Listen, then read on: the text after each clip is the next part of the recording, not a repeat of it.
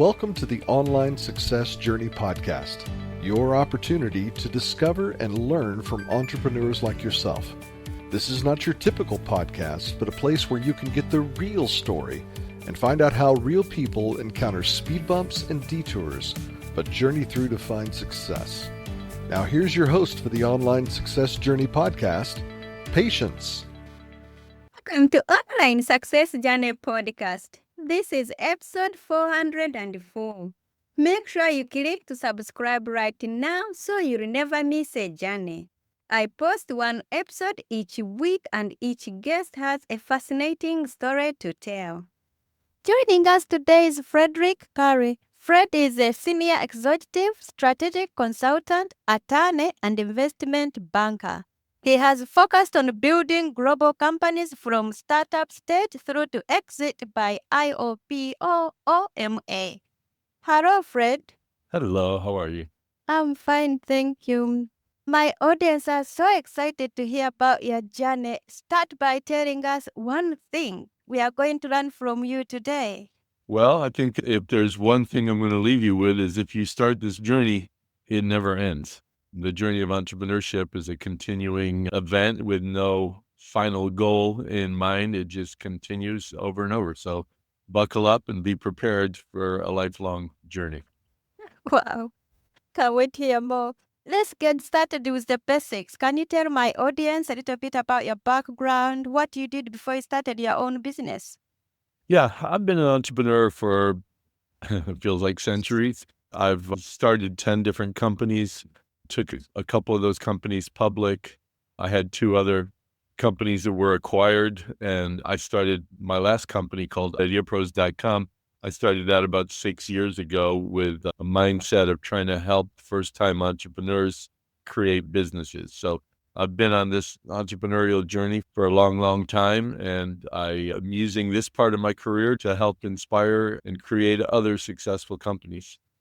What a journey, Fred. Why do you do what you do? I do, and sometimes wake up at 3 a.m. and ask myself that very same question because it's very hard what we're doing. But I do it because in the world of entrepreneurship, almost all of us are outsiders. If you look on social media nowadays, everybody wants to be an entrepreneur. That's all they ever talk about. Nobody's talking about being doctors and lawyers anymore. Everybody wants to be an entrepreneur. And it looks easy on social media, but it's the hardest thing you'll ever do in your life. If you don't have the inside connections, meaning if you didn't go to an elite school and have an advanced degree, chances are that your connections don't exist. And even if you did everything perfectly, your chance of succeeding. The reason I started Idea Pros is to take outsiders, which represent 95% of entrepreneurs, and turn them into insiders by using our expertise, connections, ability to access capital, and our ability to train entrepreneurs on how to be really good at what they do. Yes, as you mentioned, yes, social media makes it easy. People say, oh, yes, I just made 1 billion in 24 hours. And Yeah, exactly. Yeah. how did you make it? Where did you get all these people? So, yes, thank you for letting us know that the 95% were outsiders. Yeah, including me. No, you've been on the game for a long time. Yeah, that's true. Wow. Let's put man aside. How do you know you are successful? Well, people measure success in a lot of different ways, and we have a lot of different paths to get to success. But to me, the ultimate goal of success for anybody, no matter what it is you want to do, is happiness. So if you can wake up in the morning, put your feet down on the side of the bed, and notice that you have a smile on your face because you're looking forward to that day ahead, then you know you've achieved success in your life. And how do we start changing our lives and getting that happiness? The reason almost all of us fail to change our lives is because it's really hard. I found that there are easy ways to make it happen. There's an old saying, how do you eat an elephant? One bite at a time. It's the same with changing your life. Make little steps in the right direction. We know where we want to go, and that's a long journey, and it takes a lot of work to get there. But if you can say, when you go to bed tonight, write on your notebook that you should keep next to your bed, write on there tomorrow morning, I'm going to do this one thing to start changing my life. It could be, I'm going to start working out. For my first week, I'm going to work out for 5 minutes on the floor in the living room. And then I'm going to build it up next week and get to the point where I'm really fit.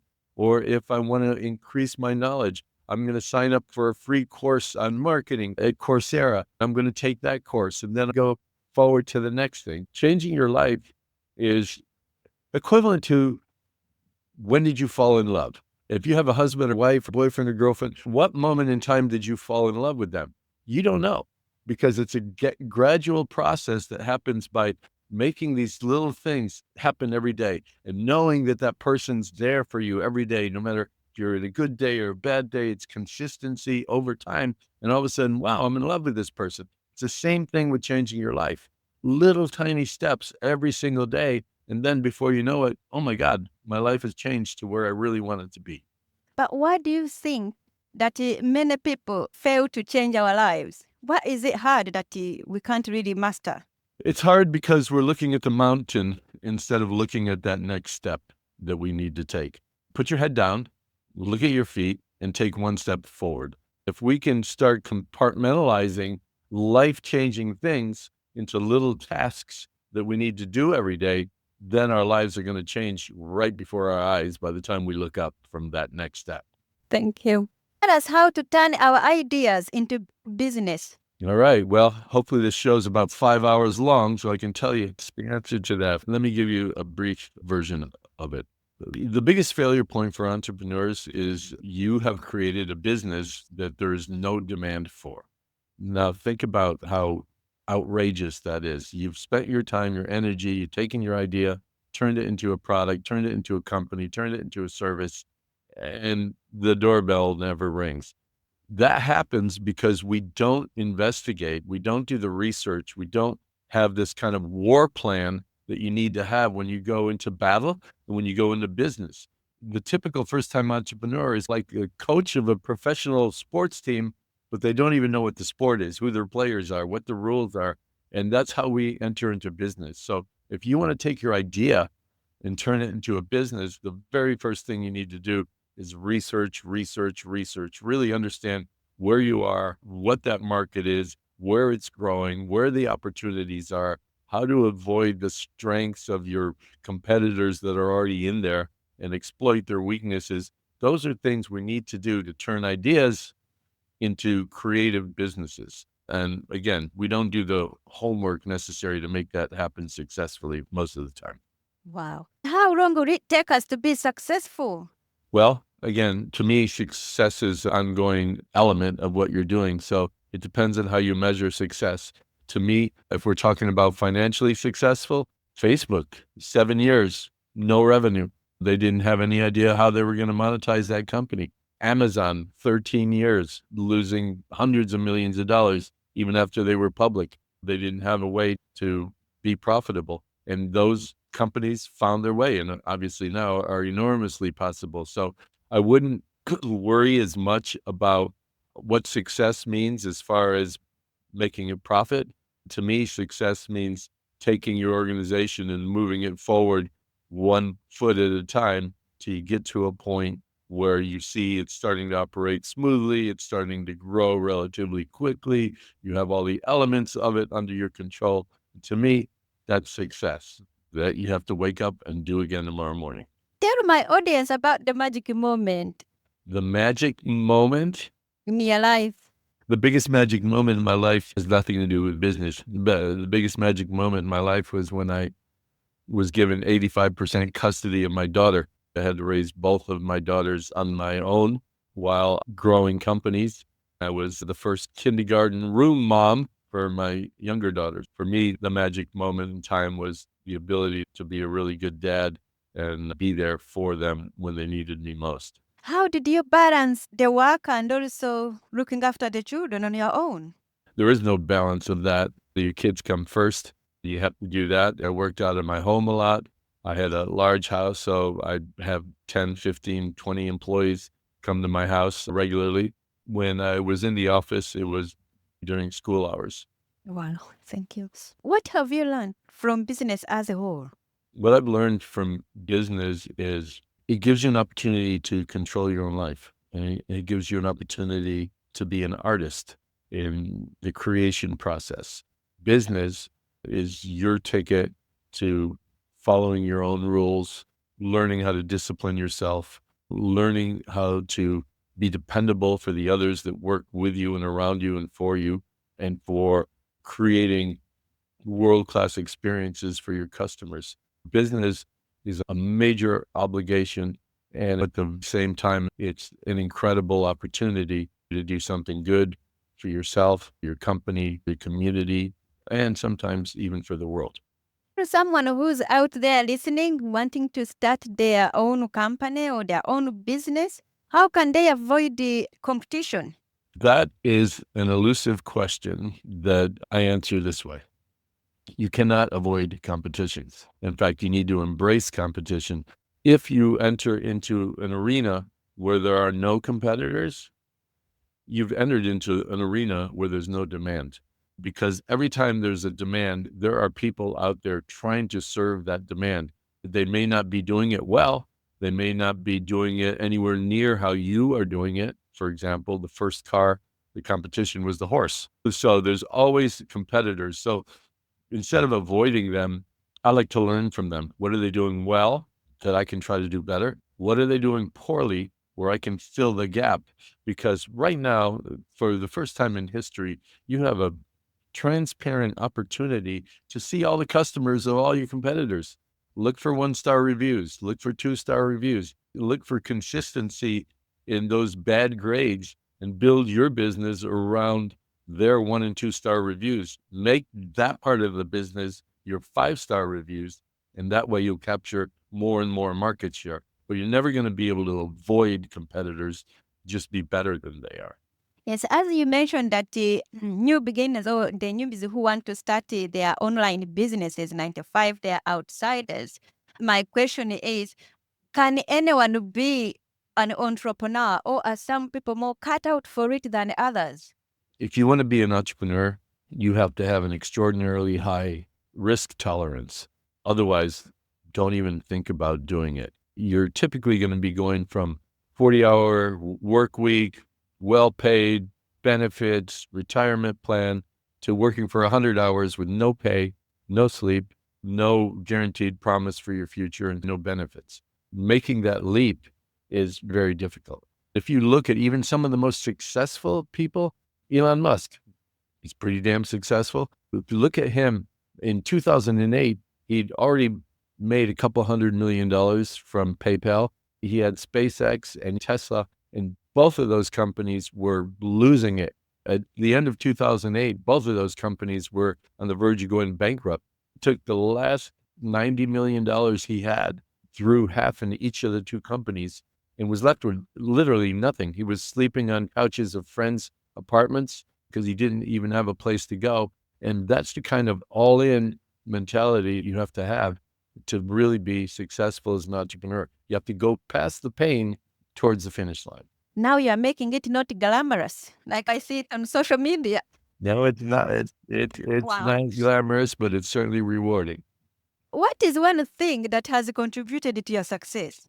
Well, I think the biggest thing that contributed to my success is perseverance. The willingness to wake up in the middle of the night, sweating, staring at the ceiling, almost in tears, going, what the heck am I doing? And being able to fall asleep and get up in the morning and go at it again. It's the ability to continue day after day, no matter what the odds are against you. Back to Elon, he said both SpaceX and Tesla, when he started them, he thought they had less than 10% chance of making it. He still went after it. To me, that's a measure of success. Keep going when everybody else thinks you should quit. How important is naming, branding, and positioning? Well, let me ask you a question. If I told you tomorrow morning, I heard that Apple is coming out with an electric toothbrush, and that's all I told you about it, I can guarantee you right now that in your brain, you're already thinking about, well, it's going to have some really sleek colors, it's going to have advanced features, it's probably going to measure how well I brush my teeth, and if I'm doing it the right way, they'll keep graphs for me. And if I ever drop the darn thing, it's going to break. you're going to have all that imagery about Apple because they push the persona, their brand, all over the internet, all over the world. That's how important brand is. To my knowledge, they're not coming up with an electric toothbrush, but we all know what it would be like. That's how important brand is. Positioning, being memorable, being consistent, being predictable, having a series of products or services that customers relate to because you're making their life better in some way. That's how powerful a brand is. You stop selling stuff and you start selling emotion. Wow. Thank you. Let's talk about your business. Tell us more about it and how can we join you? Yeah, so Idea Pros, there's a couple ways to work with me, and the easiest way for everybody is free. And so if you go to ideapros.com, the first thing you'll see, there's a link where you can become a free insider. What does that get you? For the first 7 days, it's going to get you an email and a video every single day talking about how to build out a business. And after that, we have weekly newsletters and twice a month workshops on a variety of subjects to help you pick up your game, no matter where you are in the entrepreneurial journey. So ideapros.com for that.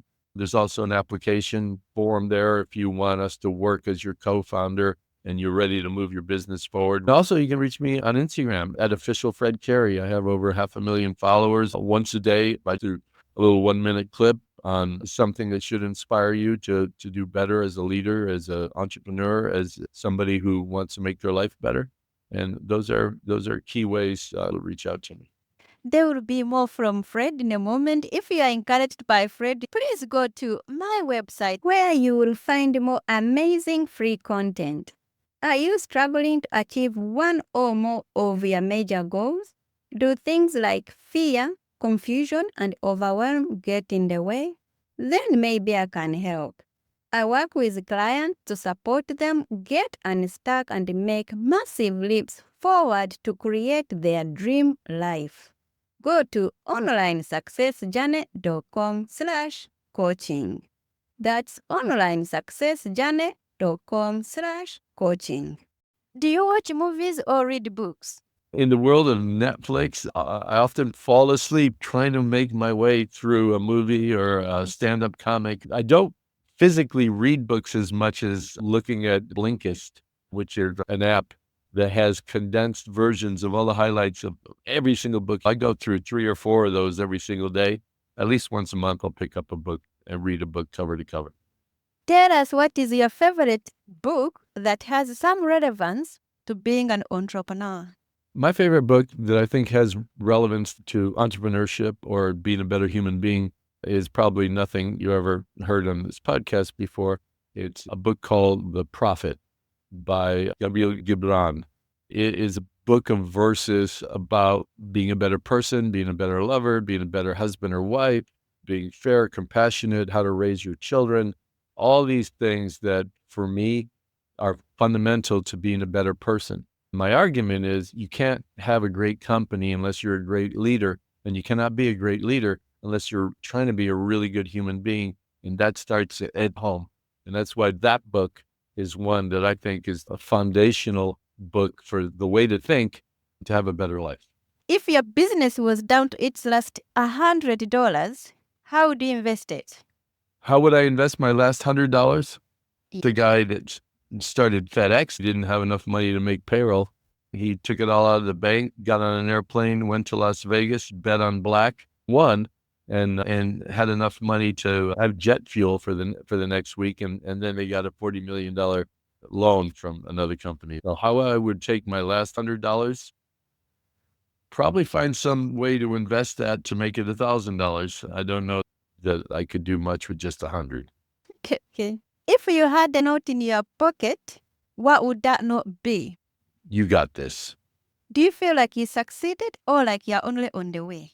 I'm always going to be on the way to success. I'm not even sure what the definition of success is other than being what you're doing. It's an ongoing journey, and I don't know that I'm going to ever get to the point where I finally feel, okay, you succeeded, you don't have to do anymore. I don't know that I'm ever going to get to that point.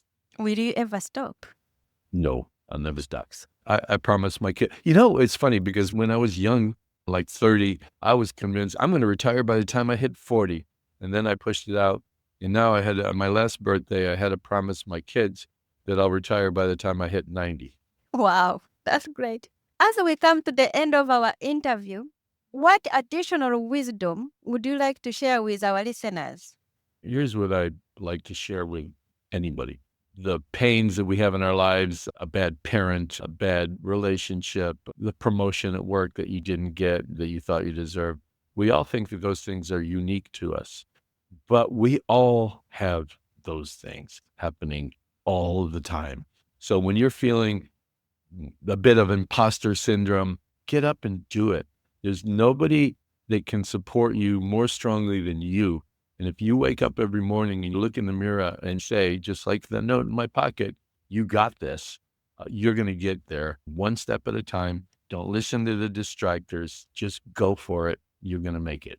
Remind us how we can connect with you. Again, ideapros.com. You can also, hey, if you got the next greatest thing that you're thinking about and want to go further with it, you can also write me personally, Fred@ideapros.com. Fred@ideapros.com. I'll answer, and if I can't help you, I'll direct you to the right place. Fred, it's been great to share your online success journey with us. Thank you. It's been great being here. Thank you. Remember, success is a journey. Don't wait. Let's start the journey. Patience and Fred. This is not the end of the journey. We hope you've enjoyed listening to Patience and her guest and want you to know that there are hundreds of episodes available at onlinesuccessjourney.com. Patience would like to thank you for listening to the podcast, and she has a free gift for you on her website, including an audio compilation of her guests' best tips, uplifting stories, and even a bit of fun. Additionally, there are special clips of over 250 episodes that have never aired on the podcast and are only available to members of the Online Success Journey. Check the website and click on Join Now to get free and instant access. Of course, you know that listening to the journeys of others helps us each chart our own path. So make sure you're subscribed on the favorite platform you have to be notified as each new interview is posted. There are so many ways to stay connected to the Online Success Journey and listen in. And if you're enjoying the podcast, we appreciate your help in telling others. One of the best ways to share the benefit you get is to rate and review the podcast at Apple Podcasts and other sites. We appreciate your help and your willingness to share the journey. One last thing. If you're feeling a bit lost or overwhelmed on your own journey, Patience can help. Check out our coaching sessions on how to set goals and double your productivity while you're at the website. Working with Patience is a great way to get back on the right path. On behalf of Patience, and until next time, thanks once more for listening. It is our hope that this podcast will guide you on your own online success journey.